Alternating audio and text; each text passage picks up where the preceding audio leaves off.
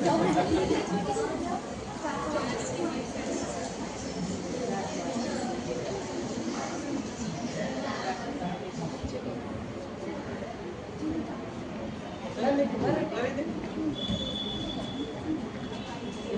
નાટક રૂપી રીતે અમે તમને દર્શાવવા જઈ રહ્યા છીએ. આજે શાળાનો પહેલો દિવસ હોવાથી બાળકો ખૂબ જ ઉત્સાહિત હોય છે અને ખુશી વર્ગખંડમાં પ્રવેશી એકબીજા સાથે મસ્તી કરતા હોય છે.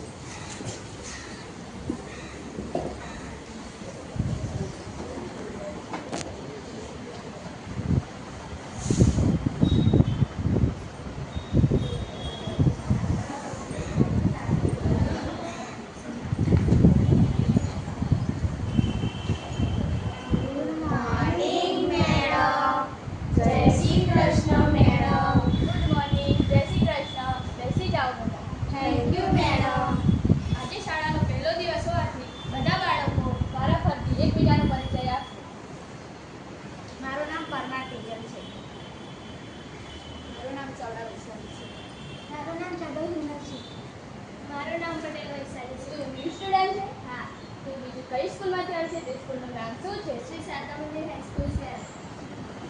મારું નામ પટેલ વિલાસ છે. મારું નામ સોનાલી છે. મારું નામ પંચાલ કૃષ્ણા છે.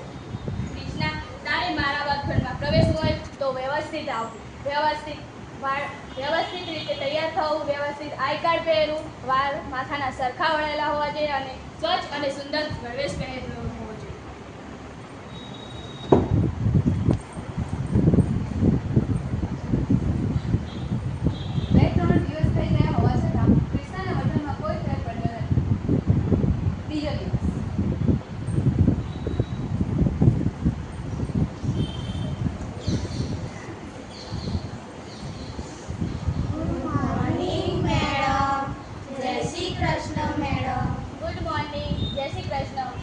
કૃષ્ણા, તું ઊભી રહી, બીજા બધા બાળકો બેસી જાઓ. Thank you madam. કૃષ્ણા, તારે 3-4 દિવસ થઈ ગયા, છતાંય તું અવ્યવસ્થિત છે. તારે મેં તને કેટલી વાર કીધું, તારે તૈયાર થઈને જાવું, વ્યવસ્થિત આવવું. બેસી જા, તું સાવ ખોટ અને અવ્યવસ્થિત વિદ્યાર્થી છે. પ્રથમ સત્ર પૂર્ણ થવા આવ્યું અને હવે રિપોર્ટ કાર્ડ બનાવવાનો સમય થઈ ગયો. ત્યારે પાયલ બહેન કૃષ્ણના રિપોર્ટ કાર્ડને તેના માતા પિતાને આપવા પહેલા પ્રિન્સિપલ મેડમને પાસે મોકલાવે છે.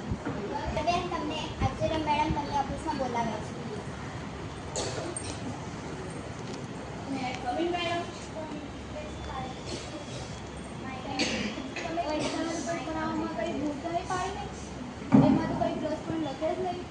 મને માફ કરો મેડમ, પણ કૃષ્ણા અવ્યવસ્થિત અને સાવ ખોટ વિદ્યાર્થી છે. મને નથી લાગતું કે મારે એના રિપોર્ટ કાર્ડમાં કંઈ લખી શકું. Okay,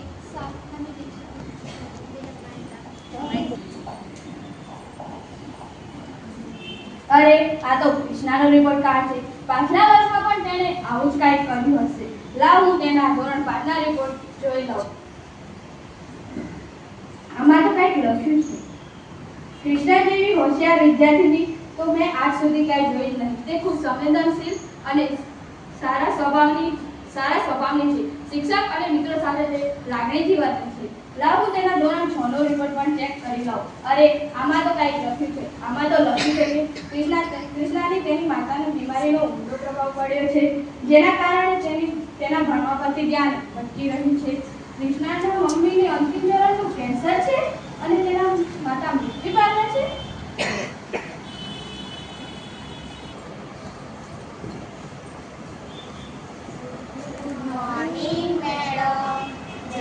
Krishna madam. Good morning. જય શ્રી કૃષ્ણ. બેસી જાઓ. Thank you madam. કૃષ્ણા બેટા, તું અહીંયા આવ. આપણા રાજ્યનું નામ શું છે? આપણા રાજ્યનું નામ ગુજરાત છે. Very good. તો બધા બાળકો કૃષ્ણા માટે +3 ક્લેપ્સ કરી નાખીએ.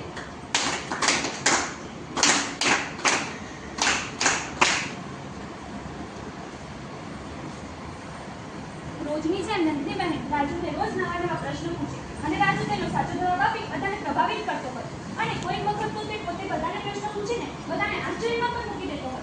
જો તેનો વર્ષ પૂર્ણ થાય છે અને કૃષ્ણા એ બીજા નંબરે ઉત્તીર્ણ થાય છે અને વિદાય સમારંભ યોજાય છે.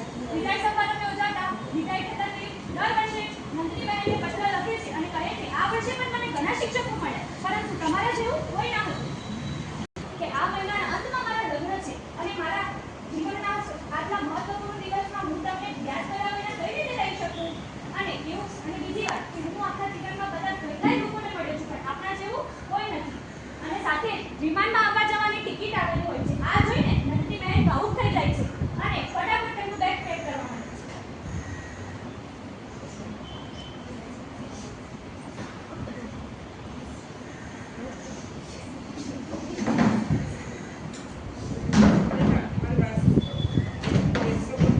ભાઈ બહેન લગ્નના સ્થળે પહોંચે છે ત્યારે લગ્નનો સમય વીતી ગયો હોય છે અને તેઓ જુએ છે કે ઘણા મોટા મોટા બિઝનેસમેન અને ડોક્ટરો બેઠા હોય છે.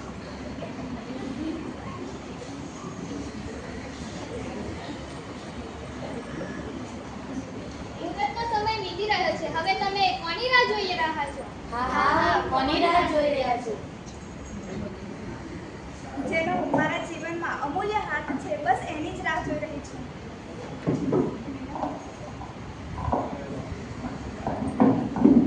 દોસ્તો, તમે બધા પૂછી રહ્યા હતા ને કે તારી માં કોણ છે?